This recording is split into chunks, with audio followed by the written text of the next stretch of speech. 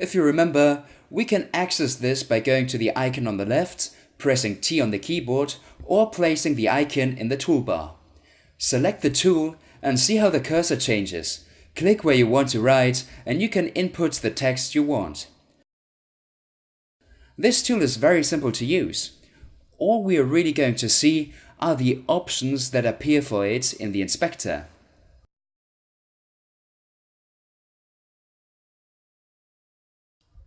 The first part is the same as everything else we've seen.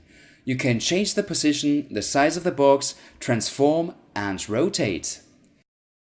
Just underneath we have a few new options and that's what we want to have a look at. We can change the font or the weight we want it to have. We can change the font or the weight we want it to have. On this settings wheel, we have more options like underline or double underline, strike through. These properties are common to CSS.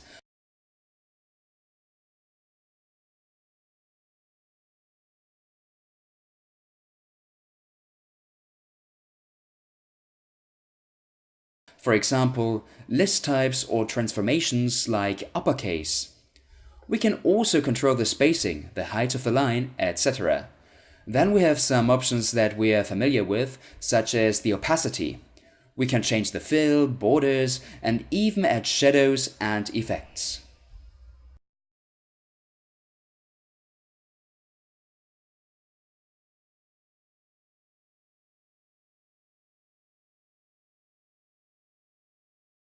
The text tool is very similar to the other tools we've seen, but it just includes all the properties specific to text like font, weight, alignments. As you know, the inspector's properties will vary depending on the element selected.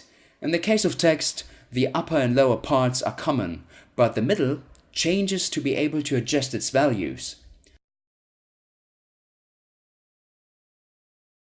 The first thing I'll do is create the path where I want to introduce my text. I'll make a curve. This looks okay. Press Escape to exit. Let's try to place this text on this line, so it curves like this. To do this, you need to turn the text into a path. Go to Type, Text on Path. Select the text and you see that when we get close to the line, nothing happens. This is because the text needs to be on top of the path for it to work. Once it's on top, the text now places itself on the path. To move it on the path, just select it and move it wherever you need.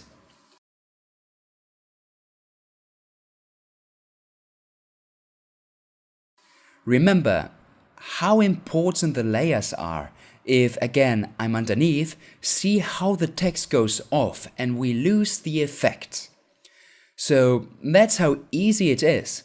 Select text on path and move the text layer on top of the path layer. To move it, remember to simply select and move.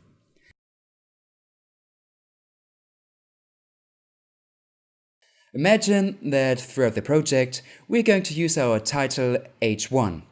Duplicate this layer and create title H2. Now we want the H1 title to have Roboto font, a lightweight and a size of 72. We also want them to be gray. I also want the H2 to have Roboto font, but bold instead of light, to have a contrast, a size of 36 and an orange color. So this would be how I want my titles to look. If you remember the steps we took with the shapes, it's exactly the same for the text. If you select No Text Style, an option appears to create text styles. Select this and give your style a name. Do the same for the H2.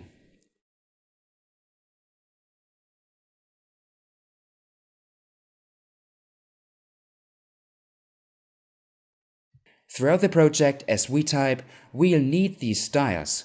All you need to do is go to the same place where you created them and apply those styles to the text. You can easily change between styles. Also, as you know how to manage and organize the styles, in the drop-down menu, go to Organize Text Style. Here you can delete the styles by selecting them and clicking on the minus icon. I'm going to show you how to insert images and how to work with them.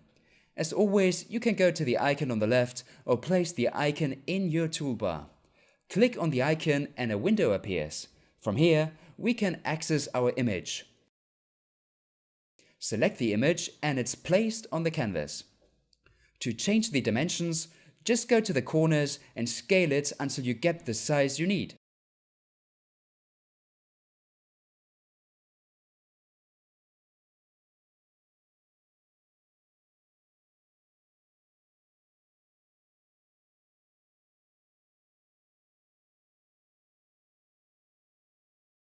Just so you know, Sketch is not a program for touching up photography, so we won't get a broad range of tools to work with images, but we will just get enough to use for our designs. When you select the image, see how the Edit button changes, and now I have the option of a magic wand or create a selection. The wand selects parts of the image to cut out, duplicate, or even fill it with color. However, I don't really use this tool very much.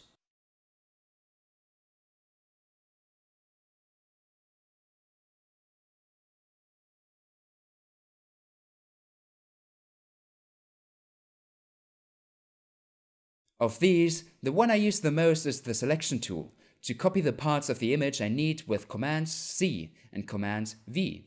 When you select the image, the properties appear in the inspector, so we have position, size, rotation, etc., properties we are familiar with.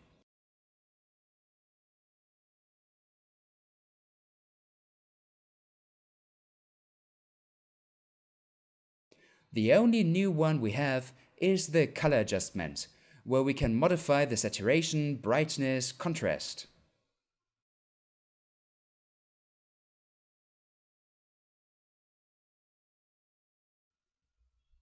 The fills are very interesting.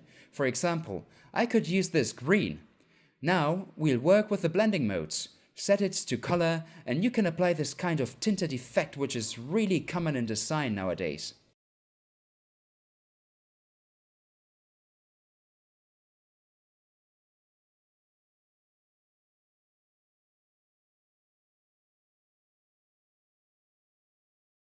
I can even add another fill, and this time use a pattern like brick, make it smaller and set the blending mode to soft light.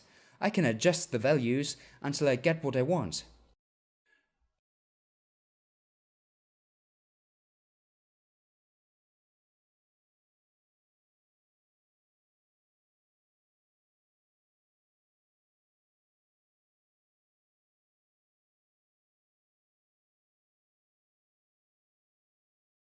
So we're almost finished with the course. I'll see you for the next and final lesson.